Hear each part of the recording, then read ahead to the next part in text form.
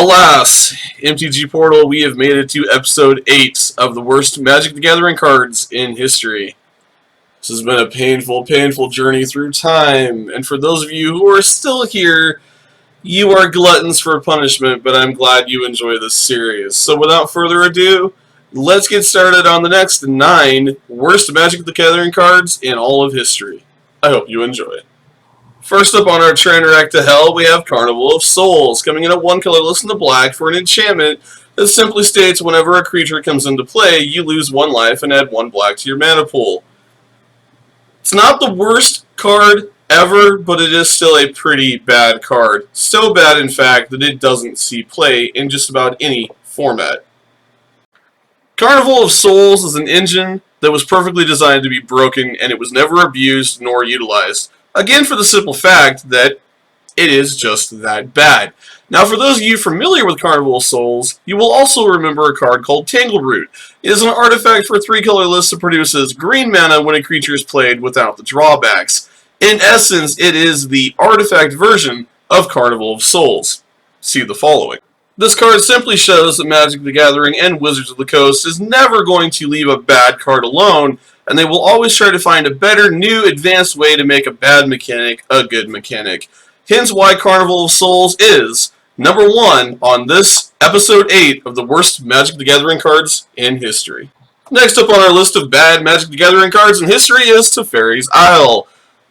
You guys know my love for non-basic lands and legendary lands, but again, this card is beyond horrible.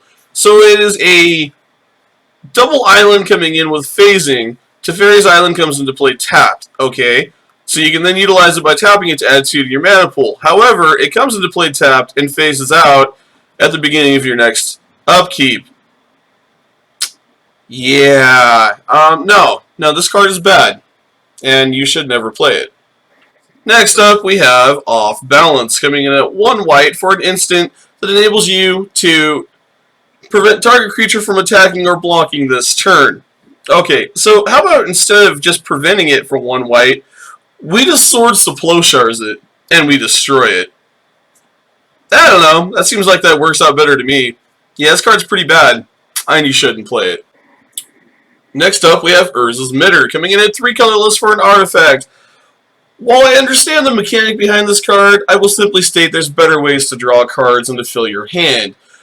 Urza's Emitter states that whenever an artifact you control is put into a graveyard from the battlefield, if it was not sacrificed, you may pay 3 colorless, and if you do, draw a card. Not only is it expensive to waste your mana on the chance of drawing 1 card for 3 colorless, but you have to pend it on the fact that an artifact and hope your opponent destroys it, and you don't sacrifice it. If you are running Sidra Galvanic Genius, maybe I can see this being played. Other than that, Urza's Emitter is a bad card, and it just doesn't see play at all. There are better sack engines out there, and there are better ways to fill your hand. So yeah, no, it's a pretty bad card. So there's not enough hatred in the world to explain how much I hate Jandor's Ring. First of all, it's 6 freaking mana to cast the thing. Then I have to pay 2 mana, colorless mana at that, to tap it, to discard a card that I just drew from my library, and draw another card to replace it. Okay, great. This would be a wonderful artifact if it wasn't 6 colorless mana to cast it, and an additional 2 just to tap it, for a chance that I could draw something better than what I drew on my upkeep. It's absolutely horrible, and you should never play it. And then we have cards like Sea Troll, coming in at 2 colorless and a blue for a 2/1 troll. You may pay 1 blue to regenerate Sea Troll, however, that's only pending if during that turn Sea Troll blocked a blue creature or a blue creature blocked Sea Troll. I.e., if he's burned or anything else, yeah, he's pretty much SOL. Better cards out there, especially for 3 mana. And then we talk about Worthless. It doesn't get any more worthless than Hellswarm. Coming in at 1 black for an instant speed, all creatures get -1, -0 till end of turn. Anyone else see a problem with this? Yeah, I thought so. Next card up on our journey through hell is Withering Hex, coming in at 1 black for an enchant creature. This simply states whenever a player cycles a card, put a play counter on Withering Hex. Enchanted creature gets -1, -1 for each play counter on Withering Hex. So let me break this down to you. The reason why this card is bad is cycling is not really prevalent in most Magic standard formats, EDH formats, modern, or legacy formats. The only place you're going to see a lot of cycling is cycle lands. For instance, EDH runs usually 4 separate cycle lands just to pitch them and draw new cards. That's the only time I'd see this card being relevant, and even at that, it's never played.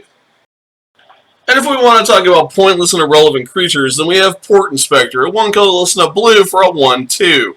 This simply states whenever Port Inspector becomes blocked, you may look at defending player's hand. Okay, how do I word this easily?